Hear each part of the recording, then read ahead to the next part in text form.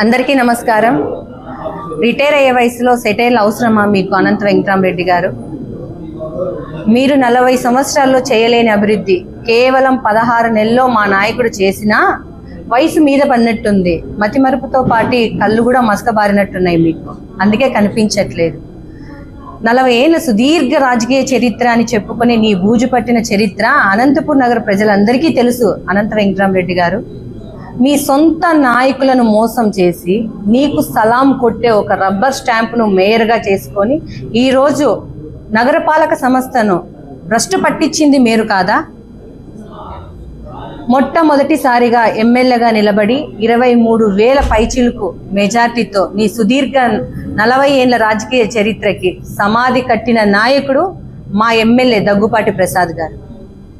నిజమే, మీకు కృష్ణా జలాలు, తుంగభద్ర జలాలు మాత్రమే తెలుసు. ఎందుకంటే కాంట్రాక్టర్లను బెదిరించి కమిషన్లు వెనక వేసుకోవడం తప్ప మీకేం తెలుసు? అప్పటి ముఖ్యమంత్రి వర్యులు స్వర్గీయ శ్రీ నందమూరి తారక రామారావు గారు కృష్ణా జలాలను రాయలసీమకు తీసుకురావాలని నాంది పలికారు. దాని తర్వాత చంద్రబాబు గారి హయాంలో ప్రణాళిక రచించి భూసేకరణ చేశారు.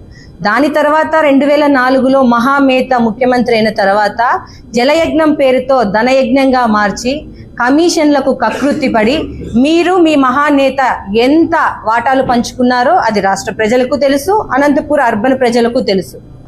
అనంతపూర్ అర్బన్లో అవినీతికి కేర్ ఆఫ్ అడ్రస్ ఈ అనంత వెంకటరామరెడ్డి. ఒకటే మేము అడుగుతున్నాం, భూ కబ్జాలు చేశారు, దౌర్జన్యాలు చేశారు, దాడులు చేశారని మాట్లాడుతున్నారే. మీరు మీ నాయకుడు ముఖ్యమంత్రిగా ఉన్నప్పుడు, మీరు ఎమ్మెల్యేగా ఉన్నప్పుడు అనంతపూర్ అర్బన్లో తాండవం చేశారు. దాడులు, దౌర్జన్యాలు, కేసులు, ఇబ్బందులు, ఎక్కడ చూసినా భూదందాలు. ఇది నిజం కాదా అనంత వెంకటరామరెడ్డి గారు? అనంత అభివృద్ధికి గ్రహణం పట్టినట్టుగా ఈ రాహుకేతువులు మీరు మీ రబ్బర్ స్టాంప్ మేయర్ కాదా? మేము ఒకటే నిలదీస్తున్నాం, మీ నాయకుడికి ఏ జలాలు తెలుసని మాట్లాడుతున్నారు. అవునయ్యా, చిన్నపాటి వర్షాలకు లోతట్టు ప్రాంతాలు మునిగిపోతే అక్కడ మోకాలు లోతు నీళ్ళు వస్తున్నా కూడా ఆ మురికి నీటిలో వెళ్ళి అక్కడున్న ప్రజలను సురక్షిత ప్రాంతాలకు తరలించి వాళ్ళ సంక్షేమము, వాళ్ళకు ఫుడ్ ఇవన్నీ చూసుకున్న నాయకుడు. అలాంటి జలాలే మా నాయకుడికి తెలుసు.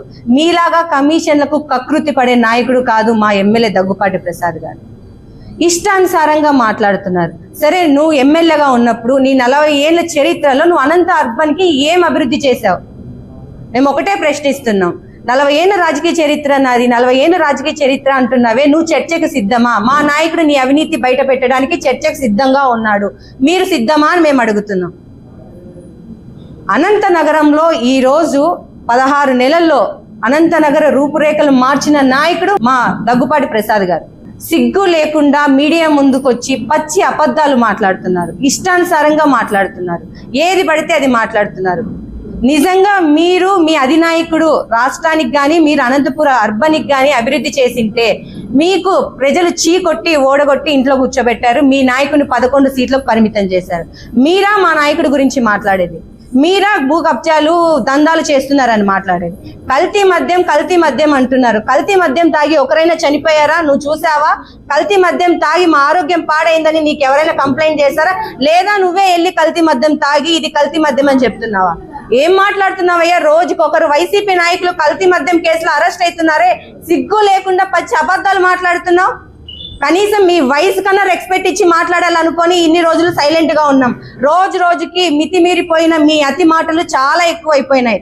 ఇలాగే మాట్లాడితే అనంత వెంకటరామరెడ్డి గారు మీ మీద చట్టపరమైన మేము శిక్షలకు పోవడానికి కానీ మీ మీద కేసు పెట్టడానికి కూడా మేము ముందుకు వస్తాము.